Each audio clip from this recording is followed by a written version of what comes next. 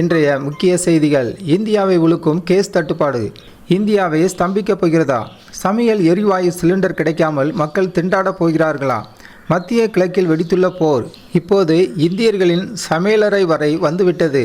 நிலைமையின் தீவிரத்தை உணர்ந்த பிரதமர் மோடி அமைச்சர்கள் ஹர்தீப் சிங் பூரி மற்றும் ஜெய்சங்கர் ஆகியோருடன் அவசர ஆலோசனையில் ஈடுபட்டுள்ளார்.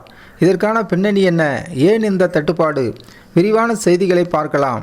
ஹார்முஸ் ஜல சந்தி பிரச்சனையின் மையம். தற்போதைய நெருக்கடி மிக முக்கியமான காரணம் ஹார்முஸ் ஜல சந்தி. ஈரான் மற்றும் ஓமனுக்கு இடையே அமைந்துள்ள இந்த குறுகிய கடல்வழி பாதைதான் உலக எரிசக்தி வர்த்தகத்தின் இதயம். ஏன் இது முக்கியம்? உலகின் 20% கச்சா எண்ணெய் மற்றும் எரிவாயு போக்குவரத்து இந்த வழியாகத்தான் நடக்கிறது. இஸ்ரேல் மற்றும் அமெரிக்காவின் தாக்குதல்களால் ஆத்திரமடைந்த ஈரான் தற்போது இந்த கடல்வழி பாதையை மூடியுள்ளது. சவுதி அரேபியா, கத்தார், ஐக்கிய அரபு அமீரகம் ஆகிய நாடுகளிலிருந்து இந்தியாவுக்கு வரும் கப்பல்கள் அனைத்தும் முடங்கியுள்ளன. இஸ்ரேல் மற்றும் அமெரிக்காவின் தாக்குதல்களால் ஆத்திரமடைந்த ஈரான் தற்போது இந்த கடல்வழி பாதையை மூடியுள்ளது. சவுதி அரேபியா, கத்தார், ஐக்கிய அரபு அமீரகம் ஆகிய நாடுகளிலிருந்து இந்தியாவுக்கு வரும் கப்பல்கள் அனைத்தும் முடங்கியுள்ளன. கடந்த முறை போர் வந்தபோது கூட ஈரான் இதை செய்யவில்லை. ஆனால் இப்போது நிலைமை கைமீறி போய்விட்டது. இந்தியாவிற்கு ஏன் இவ்வளவு பாதிப்பு? இந்தியா ஏன் இவ்வளவு அச்சப்படுகிறது என்பதற்கு சில அதிர்ச்சிகரமான புள்ளி விவரங்கள் இதோ. 62% இறக்குமதி.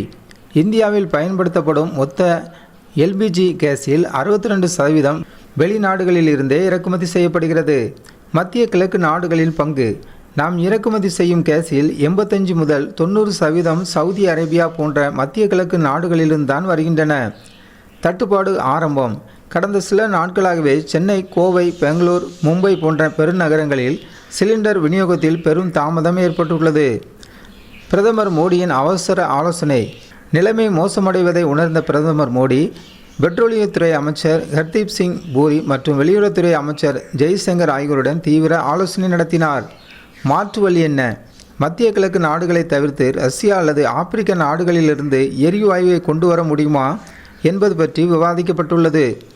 உள்நாட்டு உற்பத்தி. இந்தியாவில் உள்ள எண்ணெய் சுத்திகரிப்பு நிலையங்களில் எரிவாயு உற்பத்தியை போர்க்கால அடிப்படையில் அதிகரிக்க உத்தரவிடப்பட்டுள்ளது.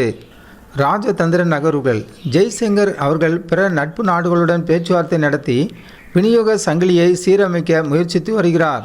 சாமானிய மக்கள் மற்றும் வணிகர்கள் பாதிப்பு. இந்த தட்டுப்பாடு ஏற்கனவே சாமானியர்களை பாதிக்க தொடங்கிவிட்டது. வீட்டு சிலிண்டர்கள் இதுவரை விநியோகம் நிறுத்தப்படவில்லை என்றாலும் முன்பதிவு செய்யும் காலம் 21 நாட்களிலிருந்து 25 நாட்களாக அதிகரிக்கப்பட்டுள்ளது. வணிக சிலிண்டர்கள். ஹோட்டல்கள் மற்றும் தொழிற்சாலைகளுக்கு வழங்கப்படும் கமர்ஷியல் சிலிண்டர்கள் பெருமளவு குறைக்கப்பட்டுள்ளன. இதனால் பல உணவகங்களில் மெனு கார்டுகள் குறைக்கப்பட்டுள்ளன. போக்குவரத்து முடக்கம். குறிப்பாக சென்னையில் ஓலா, உபர் மற்றும் ஆட்டோ ஓட்டுநர்கள் எல்பிஜி கிடைக்காமல் தவிர்த்து வருகின்றனர். இது நீடித்தால் பொது போக்குவரத்து முற்றிலும் முடங்கும் அபாயம் உள்ளது. தீர்வு என்ன? எப்போது சரியாகும்? இந்த பிரச்சனை எப்போது முடிவுக்கு வரும்? இதற்கு 2 வழிகள் மட்டுமே உள்ளன.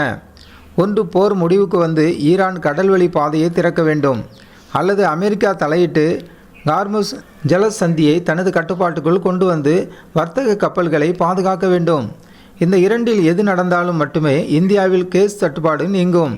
அதுவரை இந்திய மக்கள் ஒருவித பதற்றத்துடனே நாட்களை கழிக்க வேண்டிய சூழல் உருவாகியுள்ளது.